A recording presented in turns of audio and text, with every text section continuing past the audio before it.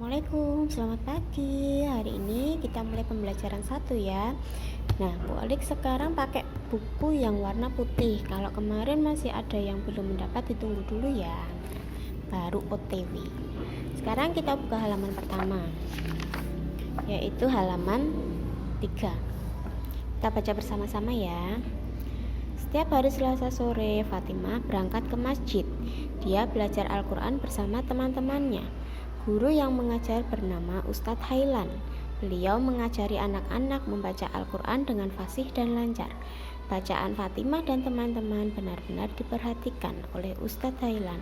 Hal itu demi kebaikan Fatimah dan teman-teman agar bacaannya tidak ada yang salah, baik makhraj maupun panjang pendeknya.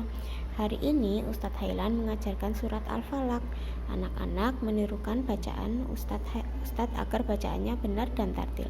Mereka juga diajari menulis huruf hijaiyah bersambung agar bisa menulis Arab dengan lancar.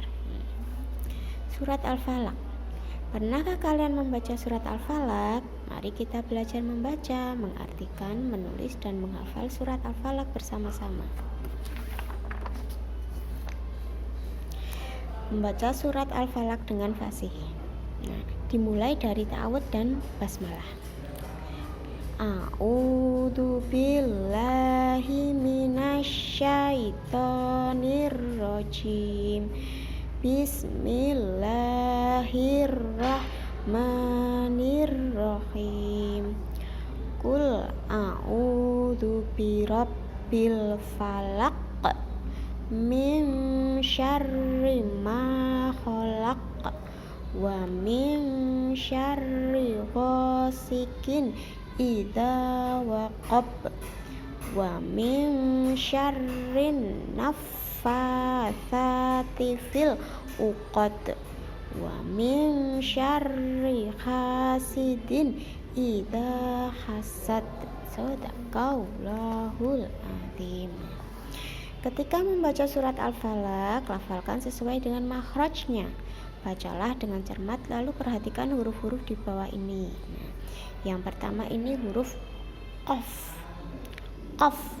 Jadi ditekan ya di tenggorokan. Qaf. Ini huruf qaf yang ada titik duanya ini. Nah, kalau yang ini kaf biasa. Kaf. Terus ini alif. Ini ain, jadi di tenggorokan. Ain agak bindeng-bindeng gitu. Ain, bedakan antara alif dan ain, beda. Lalu ini sin, yang ada titik tiganya ini shin. Ini waw, dan ini fa. Beda ya, jadi ya diperhatikan. Alif, ain, qaf, kaf, sin, shin, waw, fa. Perhatikan bacaan huruf hijaiyah di atas. Bedakan ketika membaca qaf dengan kaf dan antara sin dengan shin. Jadi yang satu qaf itu tenggorokannya ditekan, qaf. Kalau satu kaf biasa, kaf. Kalau satunya ini sin, nggak pakai y. Yang satu shin. Huruf-huruf di atas terdapat dalam surat Al-Falaq. Berlatihlah membaca yang benar dan mintalah guru membimbingmu untuk melafalkannya. Membaca Al-Quran tidak harus buru-buru, tetapi tartil dan tepat sesuai dengan makhrajnya. Bagi yang belum bisa membaca, bekerja sama dengan teman dapat memudahkan lancarnya bacaan dan hafalan. Caranya, melafalkan surat Al-Falaq di depan teman, lalu mintalah temanmu untuk menyimak bacaannya. Lakukan hal ini secara berulang-ulang hingga kamu benar-benar fasih. Ulangi lagi ketika di rumah dengan bimbingan ayah atau ibu. Jika berlatih keras, kamu bisa cepat pandai membaca surat Al-Falaq. Jadi yang belum mengirimkan hafalan, tolong dibaca terus ya, dibaca berulang-ulang sampai hafal. Teman yang lain sudah mengirim, sudah mendapat nilai, yang belum segera dikirim. Sekarang mengartikan surat Al-Falaq. Langsung saja ya dari ayat yang pertama.